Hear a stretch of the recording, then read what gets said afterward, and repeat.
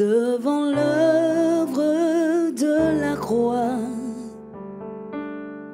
devant l'agneau immolé et le sang versé pour moi. Les ténèbres ont reculé devant l'œuvre de la croix, devant l'agneau immolé et le sang versé pour moi. Et le faible dit, je suis fort. Et le pauvre dit, je suis riche. Et l'aveugle dit, je peux voir ce que Jésus a fait pour moi. Et le pauvre dit, je suis riche. Et le faible dit, je suis fort. Et l'aveugle dit, je peux voir ce que Jésus a fait pour moi. Hosanna, Hosanna à l'agneau immolé. Hosanna, Hosanna, Jésus est ressuscité. Hosanna, Hosanna à l'agneau immolé. Hosanna, Hosanna, Jésus est ressuscité. Alléluia. Alléluia. Gloire à Jésus. Quelle voix, quelle voix. Nous sommes bénis ce matin. C'est un vendredi rempli d'onction, rempli de la présence du Seigneur. Et c'est un immense bonheur pour nous de vous recevoir sur ce plateau de Lumière du Monde Télévision dans Wake Up. Bienvenue, shalom chez vous. J'espère que vous allez tous très bien. Vous avez entendu cette voix-là, je sais que vous la connaissez. Elle est reconnaissable parmi beaucoup. Elle, c'est Marie-Hello, c'est l'artiste du jour à l'affiche. Bonjour ma sœur. Bonjour sœur. Comment allez-vous? Très bien, par la grâce de Dieu. Et en fait, en vrai, les instruments, je veux dire la musique sur cassette, sur CD, c'est pas la même chose en live. C'est pas pareil. En fait, nous, on a la chance d'avoir ça en live. Voilà, sans effet, sans rien, du brut. Mais quelle émotion, quelle onction que vous dégagez. Amen. Et c'est Jésus qui est glorifié. Oui. Voilà, en tout cas, vous êtes à l'affiche de ce vendredi. Et puis, il est avec nous, le pasteur Ali qui est là. Bonjour, pasteur. Bonjour, sœur Prisca. Papa, vous avez entendu cette adoration? C'est tout simplement merveilleux. Amen. Que Dieu bénisse sa servante. Amen. Alors, vous savez, hein, les vendredis, c'est la bonne humeur, c'est la joie. Et puis, elles sont là avec moi. Bonjour, Bakit. Bonjour Prisca, comment tu vas? Je vais très bien, Rebecca. On va bien par la grâce de Dieu. Magnifique dans cette robe. Merci, c'est Nougo. D'accord. En tout cas, Nougo, pensez à ce genre de couleur-là pour... Madame et fille, pour Kate. Enfin, je suis en train de la dissuader de porter que du vert. Elle aime trop le vert. Bon, quoi qu'elle dise qu'elle est vertueuse, gloire à Dieu. On part tout de suite là pour méditons ensemble.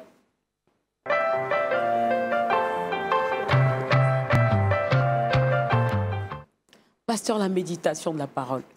Gloire à Dieu. Amen. C'est toujours une grâce de pouvoir commencer sa journée avec le Seigneur. Toujours. Et de pouvoir méditer aussi sa parole. Amen. La parole qui est la parole de vie. Amen. Jésus a dit, l'homme ne se nourrit pas seulement de pain, mais de toute parole qui sort de la bouche de Dieu. Amen. On va lire ce matin dans le livre de Ruth, chapitre 2 et le premier verset.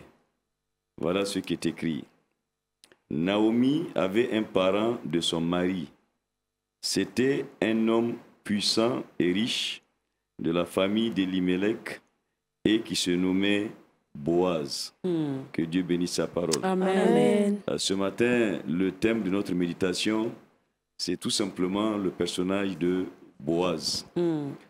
Et souvent, c'est bon de faire l'étude des personnages bibliques, non pas pour élever ou glorifier un homme, parce que seul Jésus mérite d'être élevé, glorifié et adoré, mais pour pouvoir analyser la qualité de vie que ces personnages ont menée et pour pouvoir souvent nous inspirer d'eux.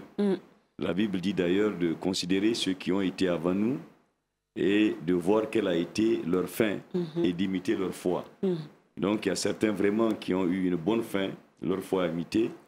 D'autres malheureusement ont eu une mauvaise fin et leur foi n'est pas du tout à imiter. Mais je pense que pour le cas de Boaz, c'est intéressant de regarder un peu sa vie.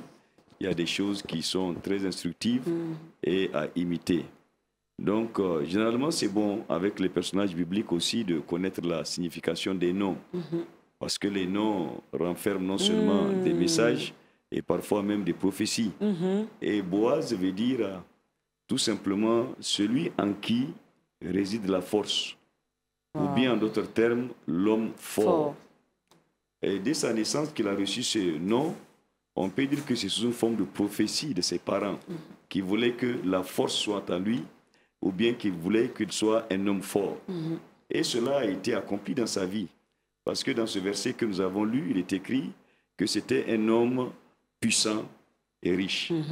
Et d'habitude, d'ailleurs, dans l'ancien temps, tout comme de nos temps modernes, si on dit qu'un homme est puissant dans la société, c'est que soit, en tout cas, il détient quelques forces. Ça peut être une force politique, il a une grande position. Ça peut être une force économique, il a une bonne situation financière. Ça peut être une force militaire où il a une grande armée donc, à sa disposition. D'ailleurs, comme la Bible, donc Naaman, qui était ce général, qui était un homme puissant à cause du fait qu'il était un général de l'armée de Syrie.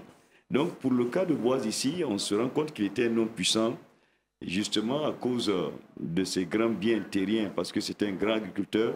Il a des vastes terres, espaces.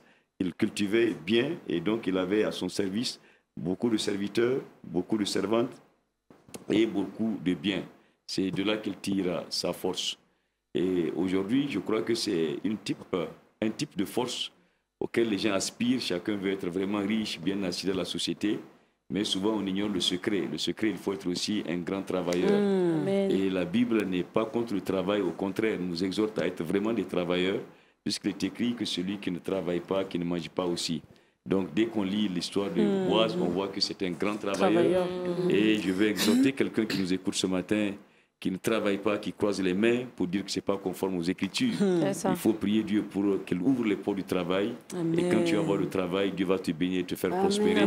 Parce qu'il bénira toujours l'œuvre de nos mains.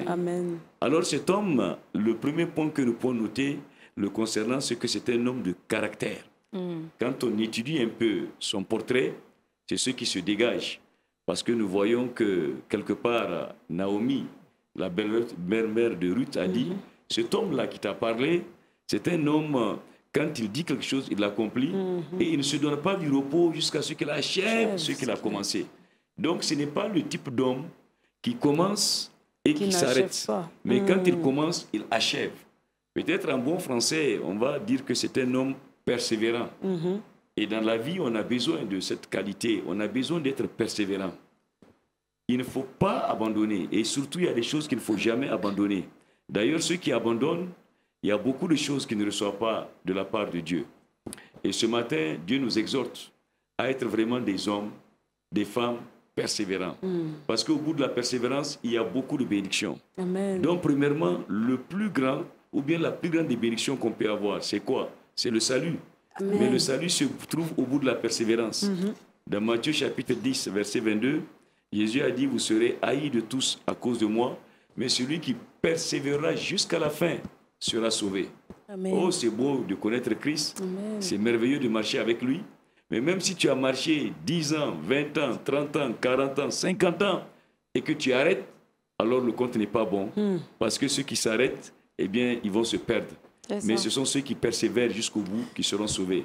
C'est pourquoi la Bible dit, nous ne sommes pas de ceux qui s'arrêtent pour se perdre, mais de ceux qui ont la foi pour sauver leur âme. On a des exemples négatifs, tels que la femme de Lot, qui s'était arrêtée, qui n'a pas persévéré dans la course et qui a été transformée en une statue de sel. Je ne sais pas depuis combien de temps tu marches avec le Seigneur, mais je sais que tu ne dois pas t'arrêter.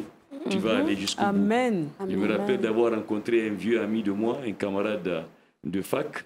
Alors, il m'a connu quand j'avais nouvellement accepté Jésus. Et plus de 20 ans plus tard, on s'est rencontrés donc, en ville. Il m'a dit, ça va, Ali? J'ai dit, oui, ça va. Il m'a dit, mais c'est comment, tu es où? J'ai dit, je suis ici à Niamey. Bon, qu'est-ce que tu fais maintenant? Il dit, je suis pasteur. Il dit, mais quoi ça? Tu n'as pas abandonné cette affaire-là. Moi, je pensais que c'était pour jeunesse. J'ai dit, mon ami, on n'abandonne jamais. Jusqu'à ma mort, je n'abandonnerai jamais cette affaire. Donc, c'est pourquoi j'aime ce chant qui dit fidèle jusqu'à la mort et que Dieu nous aide à ne jamais abandonner le Christ jusqu'à la mort ou jusqu'à ce qu'il vienne nous chercher. Amen. Mais il y a deuxième chose, ou bien domaine dans lequel il faut de la persévérance pour pouvoir avoir gain de cause, c'est la prière. Souvent, nous aimons beaucoup parler de prière. Nous aimons aussi avoir des exaucements de nos prières. Nous voulons avoir des prières fortes et des prières efficaces. Mais souvent, derrière les prières efficaces, il y a aussi des prières persévérantes. On parle beaucoup de l'exemple d'Élie, qui était un homme de la même nature que nous, mais qui a eu des prières puissantes. Il a prié pour qu'il ne pleuve pas en Israël et il n'y a pas eu de pluie. En fait, ensuite, il a prié encore pour que la pluie tombe et la pluie est tombée en Israël. Oh, quelle prière puissante. En dehors de ça, par 3 fois même, il a prié pour que le feu tombe du ciel. Et le feu est tombé du ciel. On peut dire que c'est vraiment un homme qui a des prières efficaces. Mais si on analyse de près les prières d'Élie, ce sont des prières persévérantes.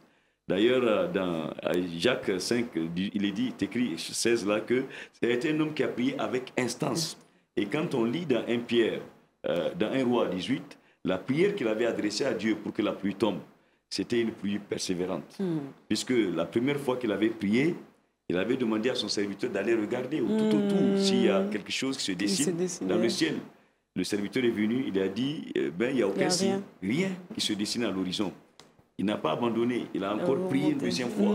Il l'a envoyé, il est revenu avec la même réponse. 3 fois, 4 fois, 5 fois, 6 fois. On peut dire que vraiment, quelqu'un aurait dû dire, mais j'ai fait épuiser toutes mes forces là. Mais il a compris qu'il faut prier jusqu'à la réponse, sans s'arrêter. Et la 7e fois, c'était la bonne. Quand le serviteur est venu, il a dit, cette fois-ci, j'ai vu un petit nuage comme la paume de la main. Il dit, c'est ça, c'est terminé. Dieu exauce. Vous voyez, par contre, Abraham, lui, il s'est arrêté 6 fois, curieusement, alors qu'il aurait dû continuer, peut-être la 7e fois aurait dû être la bonne, lorsqu'il a intercédé pour que Sodome et Gomorrhe ne soient pas détruits. C'est la 6e fois qu'il s'est arrêté. Dieu ne l'a même pas arrêté, c'est lui qui a dit lui-même cette fois-ci, je ne parlerai plus.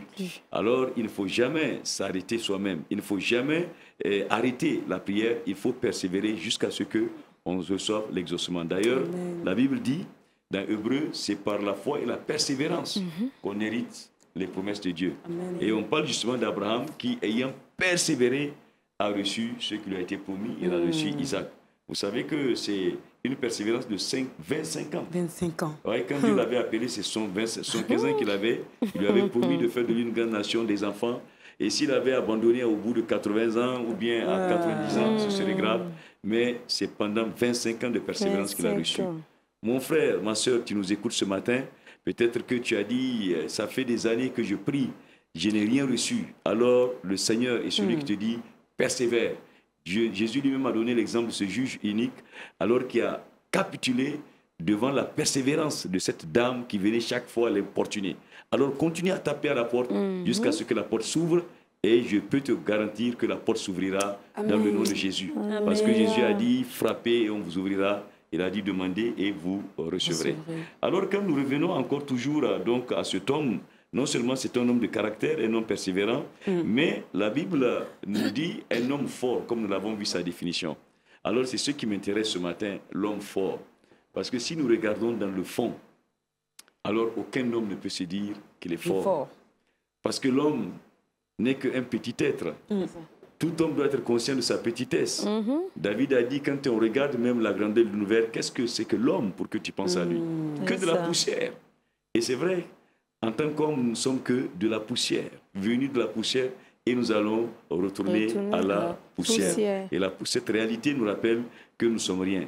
Et d'ailleurs, Boaz, qu'on appelle l'homme fort, où est-il maintenant? Il est quelque part réduit à la poussière, parce qu'il est enterré quelque part, il est la poussière. Des grands hommes qui sont parus ou qui ont marqué l'histoire de ce monde, en Afrique, en Europe, qui étaient des puissants. Je pense à des gens, des empereurs comme Sundiata Keita, je pense à des gens comme Samori Touré, des gens comme Tchaka Zulu. Mais tous ces gens-là étaient des gens très puissants à leur temps. Mais où est-ce qu'ils sont? Ils ont été vaincus. Par quoi? Par la mort. Du côté de l'Europe, on a des gens comme Alexandre, comme Napoléon, comme Jules César. Tous sont vaincus par la mort. Ils ne sont pas forts. Mais il y a un seul qui est fort, que la mort n'a pas pu vaincre. Il s'appelle Jésus-Christ. Lui, il a vécu dans ce monde, il est mort, il a été enterré, mais 3 jours plus tard, il est sorti vivant du temple. Alléluia. Il a dit, j'étais mort, mais je suis vivant pour les siècles des siècles. Je tiens les clés de la mort et du séjour des morts. Il a vaincu la mort, et c'est pourquoi c'est lui seul qui est fort. D'ailleurs, la Bible dit d'Apocalypse, à lui revient l'honneur, la gloire, la force et la louange, comme on vient de le louer ce soir-là. Donc la force revient à Jésus et à Jésus seul. Ça veut dire tout simplement que si tu veux être un Boaz, un homme fort, alors tu n'as qu'une seule solution, c'est de venir en Christ. C'est lui qui peut se revêtir de sa force, et en lui tu deviendras un homme fort. Un homme d'abord sauvé, parce qu'en Christ tu reçois le pardon de tes péchés, tu as la vie éternelle, mais un homme qui te rendra fort par le Saint-Esprit qui viendra habiter en toi. Et ça, ce n'est pas une histoire, c'est une réalité. Parce que la Bible dit, celui qui est en nous est plus grand que celui qui est dans le monde. Et si tu es en Christ, l'Esprit de Dieu vient habiter en toi et fait de toi un homme fort. Je prie ce matin que tu puisses te tourner vers Christ, le recevoir et devenir l'homme fort. Même si tu as des fétiches cachés quelque part sur lesquels tu comptes, ce n'est rien, ce n'est que de la vanité. Si tu as quelque chose sur quoi tu t'appuies, ce n'est que de la vanité. Appuie-toi sur Jésus, le véritable homme fort, et qui te rendra fort toute ta vie. Et enfin, la dernière pensée concernant ce Boaz, c'est qu'il a eu une puissante postérité. Vous savez, si vous lisez la suite de son histoire, c'est le grand-père, d'abord le père d'Isaïe, et donc le grand-père de David. Et plus tard, donc, on peut dire l'ancêtre de Jésus. Il a eu une postérité puissante. Est-ce que vous savez qu'il y a une promesse dans la Bible pour les hommes droits, les hommes justes, les hommes qui sont en Christ? La Bible dit la postérité des hommes droits sera puissante sur la terre. Si tu es en Christ, voilà une bénédiction que Dieu te donne. Tu auras une postérité puissante. Je prie que le Seigneur bénisse ta postérité en ce moment et qu'elle soit puissante dans le nom de Jésus. Amen. Amen. Quel message puissant, quel message. Tu es inspiré. Oui, vraiment. Je ne sais pas si j'ai des questions à poser encore, parce que le pasteur a vraiment tout dit. Ce sont des conseils à prendre vraiment, mais très au sérieux. Parce que vraiment, c'est le conseil d'un père. Notre artiste, c'est un message fort. Hein. Oui, c'est un merveilleux message. Le pasteur, il a tout dit. Voilà, c'est dans la persévérance que nous avons la victoire. C'est ça. Voilà, donc le message, nous, est bienvenu pour toute personne qui serait découragée, qui aurait l'envie d'abandonner. Sache que tu dois persévérer.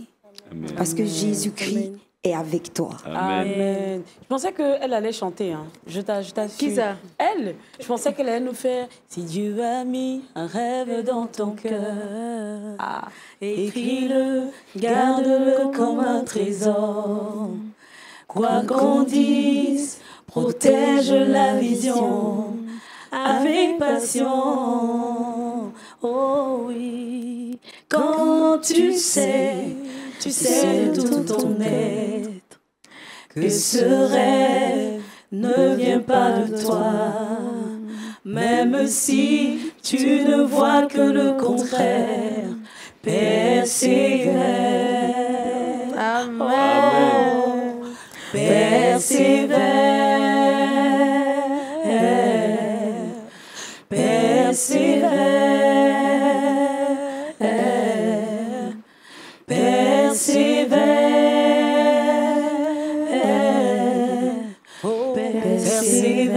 mon frère, car sa parole et s'accomplira. Et c'est sur cette promesse du Seigneur que nous allons pour Culture Actu.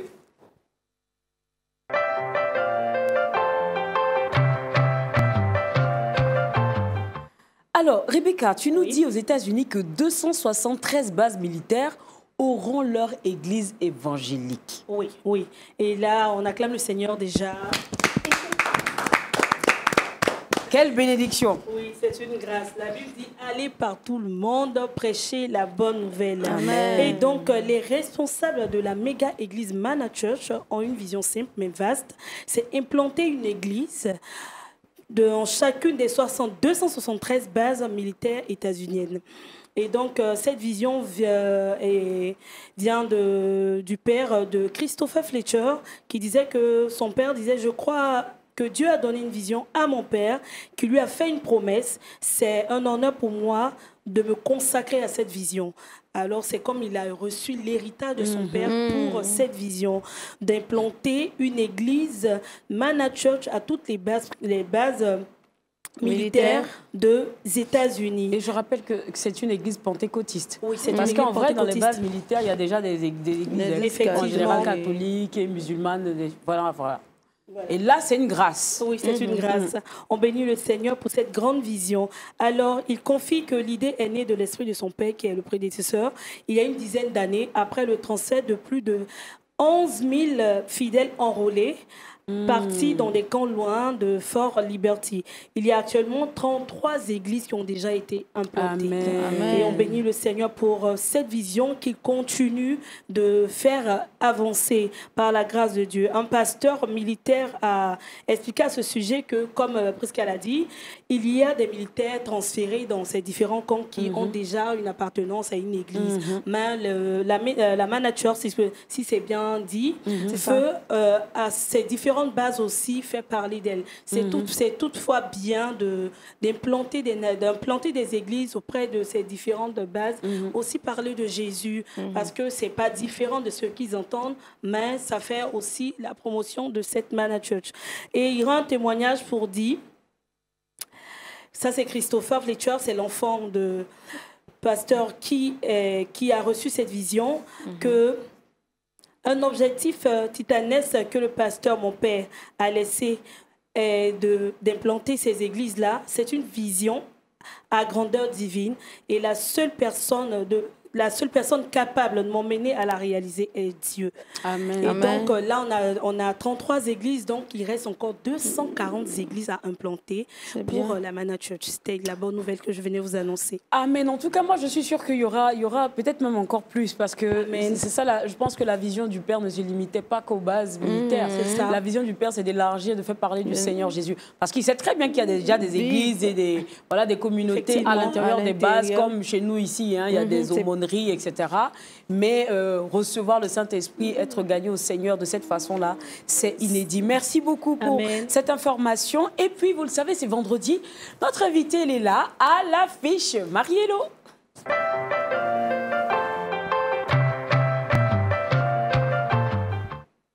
Alors, Marie-Hello, un nom connu, reconnu. Bon, peut-être nous autres, les gaoules, on ne va pas trop parler dedans. Bon, mais je veux dire, cet appel que vous avez pour le service du Seigneur, vous l'avez véritablement commencé quand? Oh, ça fait plus de 20 ans de service.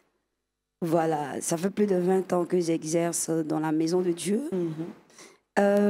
Faut dire que c'est une vocation depuis, vous savez, quand il y a des aptitudes que nous avons. C'est vrai. Souvent que nous négligeons, mais qui sont de Dieu et qui peuvent nous orienter si nous sommes à l'écoute du Saint-Esprit. C'est ça. Voilà, moi, depuis l'âge de 12 ans, déjà, je chantais dans le groupe vocal. En ce moment, j'étais aux Assemblées de Dieu. Voilà, j'étais aux Assemblées de Dieu d'Ivo avec le pasteur Golé. Et bon, juste une parenthèse, la dernière fois, j'avais un concert et j'ai mis la photo de lorsqu'on était dans le groupe de louanges tout petit, de l'époque. Je l'ai mise sur ma page Facebook et j'ai été heureuse de retrouver tous les enfants de l'école de dimanche. Wow. Oui, aujourd'hui nous avons un groupe WhatsApp, un groupe sur Messenger et on se parlait. Tu te rends compte que tous ces enfants-là, c'est des hommes de Dieu, c'est des épouses de pasteurs. c'est des... Ah non, ça m'a... Je parlais dans le Elle est émue, hein? Je suis encore... Parce que on avait cet appel-là sans le savoir. Sans le savoir. Voilà, sans le savoir. Aujourd'hui, le Seigneur nous a fait grâce. Et moi, personnellement, c'est-à-dire que Dieu m'a donné de pouvoir me démarquer. Mais il faut dire que j'avais pas l'intention de sortir une œuvre discographique, parce que je me dis toujours, c'est pas quand tu sors un album que tu chantes. Non. Non, c'est pas lorsque tu sors un album. L'album, Dieu te le permet pour pouvoir étendre. Voilà, étendre le don qu'il t'a donné pour que d'autres personnes puissent en profiter. Mais tu es chantre de là où tu es, l'église dans laquelle tu es, dans laquelle tu exerces, tu es chantre. C'est un sacerdoce. C'est un sacerdoce, voilà. C'est le bon mot. Donc, c'est depuis plus de 20 ans que j'exerce et le Seigneur fait énormément de bien. Non, énormément de bien, non, on veut savoir. Moi, je suis très curieuse. Quels sont le bien que le wow, dans les vies, dans les vies et également dans ta vie? Vous savez, je peux pas quantifier les choses que Dieu fait, mais de façon très simple, c'est la joie que tu ressens de transmettre la grâce que Dieu t'a donnée dans la vie de quelqu'un. Lorsque tu finis de rendre ministère et que quelqu'un vient te dire j'ai été touché. Amen. C'est en fait mon âme exulte, c'est-à-dire que mon âme exulte de joie. Je ne dis pas quelqu'un qui vient te dire ah tu chantes bien, non, chanter bien, il y en a beaucoup. Il y a des enfants qui naissent même qui ont des timbres vraiment extraordinaires. Mais lorsque la personne te dit j'ai été touchée, j'étais dans telle position et j'ai été transformée. Vous savez, le cantique Bartimée, il est sorti. Bartimée. Si je vous dis comment est-ce que j'ai été inspirée à Bartimée, ça va faire rire. Dis-nous. Mais c'est le Saint-Esprit qui l'a fait. Je venais de méditer le matin sur l'histoire de Bartimée. Et j'étais en train de faire la cuisine. Voilà, il faisait une sauce claire. et pendant que j'étais en train de cuisiner, je chantais. Moi, quand je suis en train de faire le ménage, dans tout ce que je fais, c'est-à-dire que je suis connectée, en train de chanter. Et j'ai commencé à fredonner un air. Et je me suis rappelée de la méditation que j'avais eue le matin. Et c'est comme ça que c'est parti, en train de préparer la sauce claire. Et aujourd'hui, ce cantique-là, j'ai au moins 2 témoignages de 2 femmes. Parce qu'au milieu du cantique, je dis... cette année, je vais enfanter. Et il y a une dame, il y a au moins 3 ans de cela, qui m'a contactée sur Facebook, via Messenger. Et elle m'a dit, j'ai écouté le chant Bartimée, chaque jour, je l'écoute en boucle. Mais vraiment, la partie où tu dis, cette année, je veux enfanter, je suis mariée. Mon mari et moi, on a un enfant, mais l'enfant est grand maintenant, et ça ne vient plus. Vraiment, je prie que, vraiment, tel que le Seigneur a fait, quelqu'un m'a dit, excusez-moi, mais je ne sais pas la force que j'ai eue de lui dire, maman, tel qu'il a fait pour Bartimée, cette année, il va le faire pour toi. Amen. Et moi, j'ai fini de dire, moi, je suis partie. Et on va dire, 1 an plus tard, la dame m'écrit. Elle me dit, c'est vent de Dieu, j'ai une bonne nouvelle. Je dis, ok. Et elle m'envoie la photo. Du bébé. Gloire à Dieu. Bébé. Bon témoignage. Elle m'envoie la photo, elle dit voici. Et il n'y a même pas longtemps, il y a une semaine, une autre servante de Dieu, j'ai été invitée à l'église baptiste, œuvre et mission à Yahoo. Et quand je suis allée, le pasteur m'a reçu, j'ai fini. Et après, il y a une des chantres dans le groupe de louanges qui est venue me voir. Elle me dit, je veux que tu pries pour moi. Franchement, j'étais tétanisée parce que j'ai dit, ton pasteur, tu l'as laissé, et puis ça fait 20 mois, tu viens. J'ai dit ça à haute voix, je lui ai dit, mais tu laisses ton pasteur. Et son pasteur était juste à côté, il dit, mais elle m'a vu, et puis elle est venue vers toi. Donc vraiment, elle est venue, elle dit vraiment, je veux s'aimer dans ta vie. Et parce que vraiment, tu as chanté, ça m'a fait du bien, je suis chantre aussi, et ça m'a touchée. Mais au-delà de ça, j'ai un autre souci. Et comme dans le chant, tu dis, cette année, je veux enfanter, vraiment, je veux voir la gloire de Dieu. Amen. J'ai dit, Seigneur, Ça là, c'est un fardeau. Hein. Ok. Donc, je prends ses mains, je commence à prier. Je dis, Seigneur, ta parole est vraie. Telle que tu l'as fait pour Bartimée. Pour commencer le chant, je dis, ta parole déclare que tu as fait toutes choses et c'est par ta volonté qu'elle existe. Et je dis, tu n'as pas changé, tu es le même hier, aujourd'hui, éternellement. Tes miracles sont toujours d'actualité. Je prie que tu donnes à ta servante d'expérimenter ce miracle-là. Amen. Avant-hier, elle m'écrit, c'est vent de Dieu. Je dis oui. Oh, le Seigneur a fait le miracle. J'ai dit, comment ça? Il dit, j'ai accouché d'une princesse. Il dit, mais tu as pris grossesse, tout ça, tu m'as rien dit. Donc j'appelle son pasteur, je dis, mais il dit, elle m'a dit de ne rien dire, elle m'a dit d'attendre le miracle. Et puis elle-même va t'informer. Je dis, gloire à Dieu, c'est ce que Dieu fait dans la vie des gens. Maintenant, moi, personnellement, je vous dis que je suis choquée par ce que le Seigneur fait. Amen. Je suis choquée parce que je ne peux pas. C'est-à-dire que des choses que nous sommes tous des Africains. Nous savons que dans la vie, pour pouvoir exceller, il faut avoir au moins un parent quelque part pour t'insérer dans la société. Ça. Mais quand tu te regardes et puis tu sais que ton devant, derrière, il n'y a rien. C'est-à-dire que la seule personne, c'est Jésus. Et je veux rendre brièvement ce témoignage-là aussi. Dieu m'a fait la grâce. Voilà, je suis passée ici à adorer Dieu et tout. Après ce passage, Dieu a ouvert des portes. Amen. Je veux bénir le nom du Seigneur pour la vie de Papa Goulet. Et Dieu me fait la grâce, je pars en France. Voilà, quand je reviens, je suis invitée à chaque fois. Et à quelle heure moi j'allais partir en France? Quand tu regardes, vraiment, il n'y avait pas de prédisposition à ça. Et le mois quand on rentrait en fin d'année, on était dans le mois de septembre, je priais comme ça, je disais, Seigneur, tu es le Dieu de toute la terre. Voilà, tu n'es pas circonscrit. Donc, je veux parcourir le monde et annoncer ta parole au travers du don que tu m'as donné. Donc, je veux aussi aller aux États-Unis. J'ai fait cette prière dans ma chambre. Je ne savais pas que Dieu a appris ça, il a attrapé ça. Donc, je suis là et je reçois une invitation des États-Unis. Amen. Je dis, ok. Le jour du rendez-vous arrive. Vraiment, j'espérais avoir au moins dans mon compte en banque, tu vois, un truc bien fourni, un compte en banque bien garni pour aller à l'ambassade parce que tu tires le relevé de banque en fait. Et le jour J, et c'est qu'on me regarde, c'était on se moquait de moi, mais c'est pas grave, c'est la gloire de Dieu, c'est un témoignage. Je veux tirer mon relevé de banque. En fait, tu sais ce qui est dans le compte. Mais tu te dis que l'ange va remuer l'eau.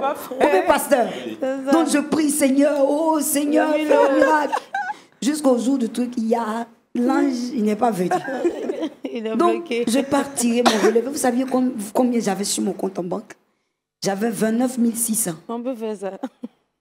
Donc quand je tire le relevé, moi je suis déjà découragée parce que je dis, Seigneur, 29 600. Tu vas aller présenter ça à l'ambassade là-bas. Ils vont dire, mais tu es venu jouer avec nous. Donc je prends mon relevé, je rentre à la maison, j'étais en train de prier, puis le Seigneur me dit, je vais te choquer. Je veux voir ta gloire. Yes. Il a dit, je veux te choquer. Tu étais là, on dirait que tu étais là. Tu as dit, tu veux voir ma gloire, je vais te choquer. Donc moi-même, j'ai dit, depuis quand Dieu parle comme ça, Dieu peut dire à quelqu'un, je vais te choquer. Mais il m'a choqué. Amen.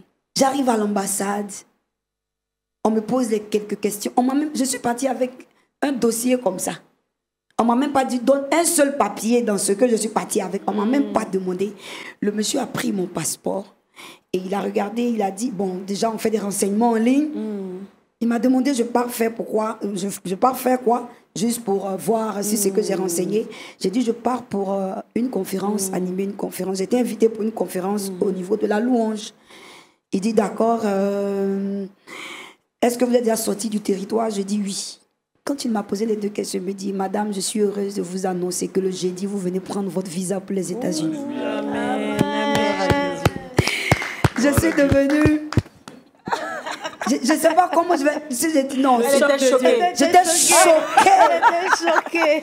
Je suis sortie de l'ambassade des États-Unis. Choquée. Choquée, j'ai marché jusqu'au, comme on appelle ça, à la chefferie d'Anono. Je ne sais pas où je partais. Les effets du choc. Les effets du choc du Seigneur, tu m'as dit que tu vas me choquer. Et tu m'as vraiment choqué.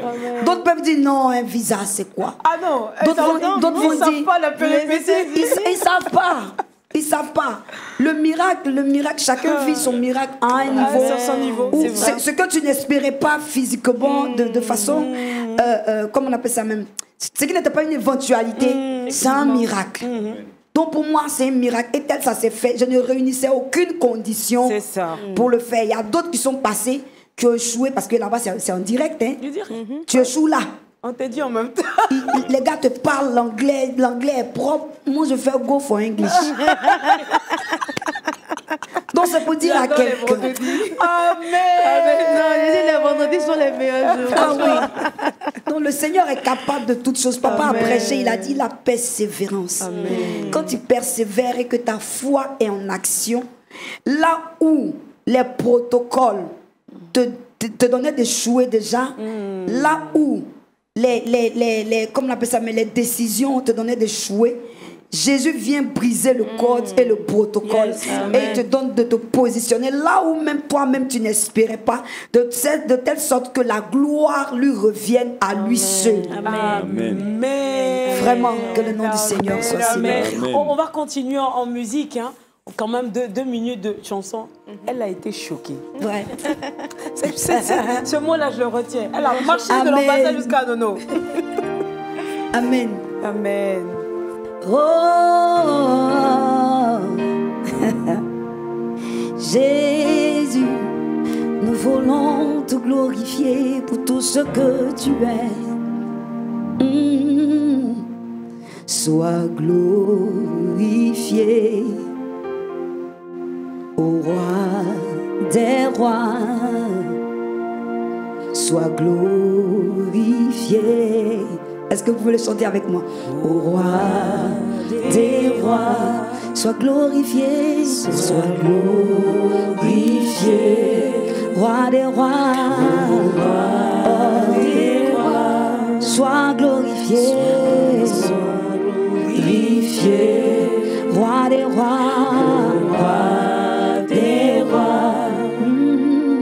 tu as oint d'huile ma tête. Tu fais déborder ma coupe. Mon bonheur et ma joie, c'est Jésus. Tous les jours de ma vie, tu as oint d'huile ma tête. Oh, tu fais déborder ma coupe. Mon bonheur et ma joie, c'est Jésus. Tous les jours de ma vie, glorifié, sois glorifié, roi des rois, nous te glorifions, roi des rois, alors Jésus, l'Éternel, tu es mon berger. Je ne manquerai de rien. Tu me fais reposer dans de verts pâturages. Tu me diriges près des eaux paisibles. Tu restaures mon âme. Amen. Alléluia. Amen. Tu restaures mon âme, Jésus. Tu me conduis dans les sentiers de la justice. À cause de ton nom, quand je marche dans la vallée de l'ombre de la mort, Jésus, je ne crains aucun mal, car ta houlette, ton bâton me rassure. Alléluia. Amen. Jésus, tu dresses une table devant moi en face de mes adversaires. Tu réduis ma tête et ma coupe déborde. Tu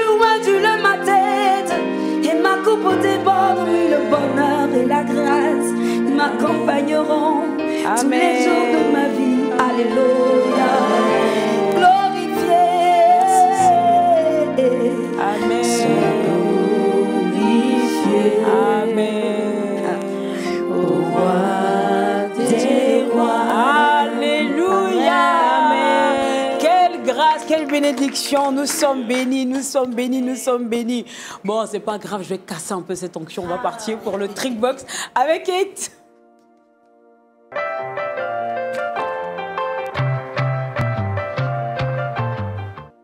Alors, Kate va nous donner quelques astuces pour retirer le fond de teint de nos vêtements. Ça c'est une affaire de femme. La mère astuce. Oui, mais pas seulement une affaire de femme.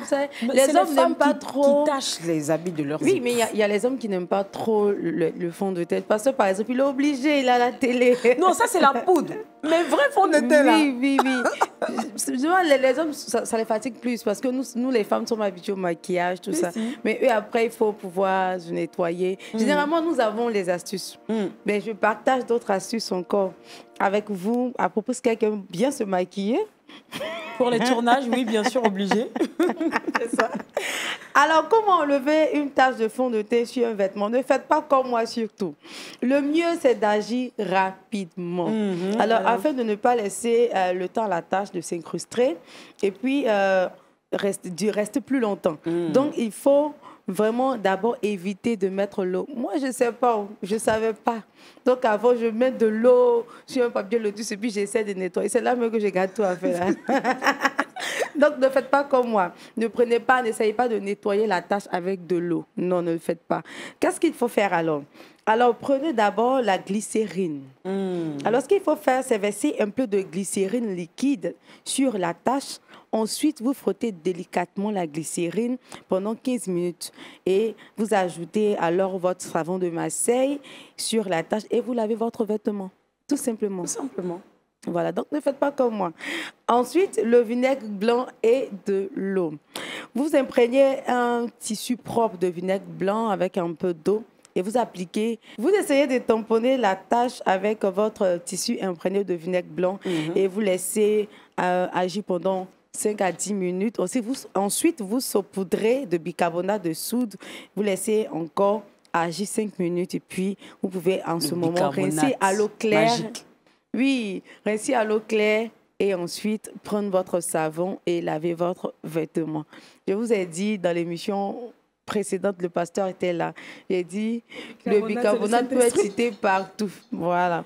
Ensuite, la mousse à raser. La mousse à raser, on peut la voir avec nos papas. Elle a attaché la chemise de son époux. Elle va aller prendre sa mousse à raser pour enlever le fond de teint. La mousse à raser, on peut la voir. On peut la voir avec nous. Vous avez chaud avec nous. Vous n'allez jamais nous comprendre. Nous-mêmes, on va prendre notre maquillage, on finit de se tâcher. Et puis, on va prendre votre mousse à raser. Vous venez nous nettoyer. Pasteur Dobi fait ça. Donc, vous prenez la mousse à raser. Donc, vous mettez juste une bonne quantité de mousse à raser sur la tache. Ensuite, vous pouvez laver votre vêtement. Voilà les 3 astuces que j'ai voulu partager avec vous. Merci beaucoup pour ces astuces-là. Je pense que ça va servir à bon nombre de personnes, je pense. Je m'inclus dedans. Parce que là, je pense que j'ai dû tâcher même la chemise. Voilà, on part maintenant pour le saviez-vous avec Rebecca.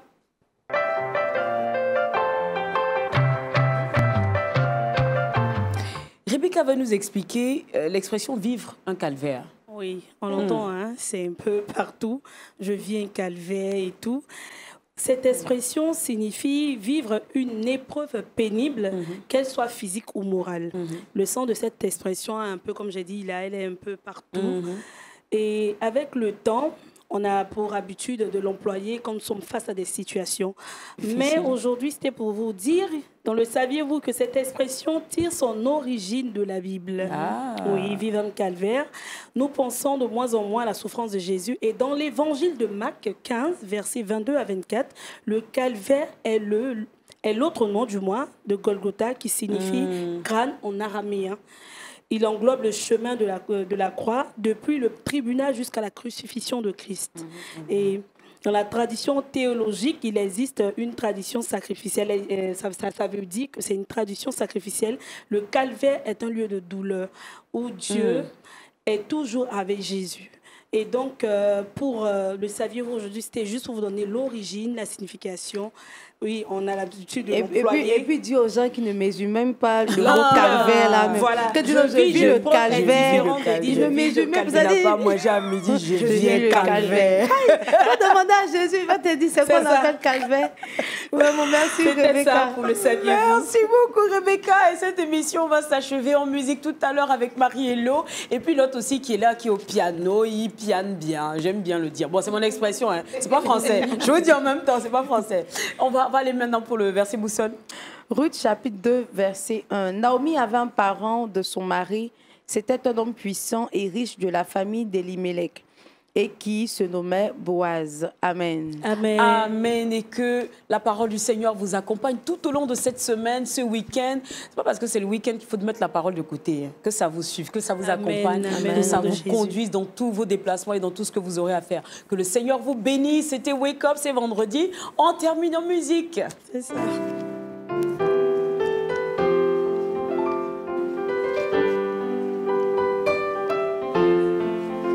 Ça, c'est la louange. Donc, on va bouger. Ah, moi, j'ai commencé à danser déjà. Hein.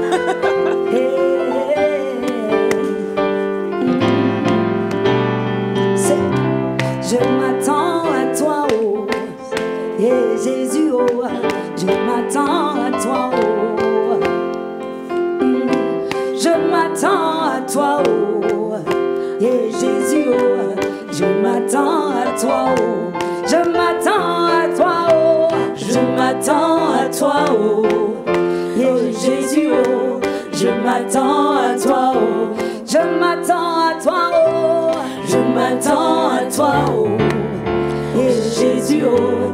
Je m'attends à toi, oh. Celui qui demeure sous l'abri du Très-Haut repose à l'ombre du Tout-Puissant. Yeah, Jésus, je dis à l'Éternel, mon refuge, ma forteresse, mon Dieu en qui je me confie, oh. Car c'est lui qui me délivre du filet de l'oiseleur, de la peste des ravages, oh. Amen. Sa fidélité est mon bouclier et ma cuirasse, Jésus, Dieu mon abri, oh. Je m'attends à toi, oh. Je m'attends à toi, oh. Et Jésus, oh. Je m'attends à toi. Tu es ma forteresse. Je m'attends à toi, oh. Et Jésus, oh. Je m'attends à toi.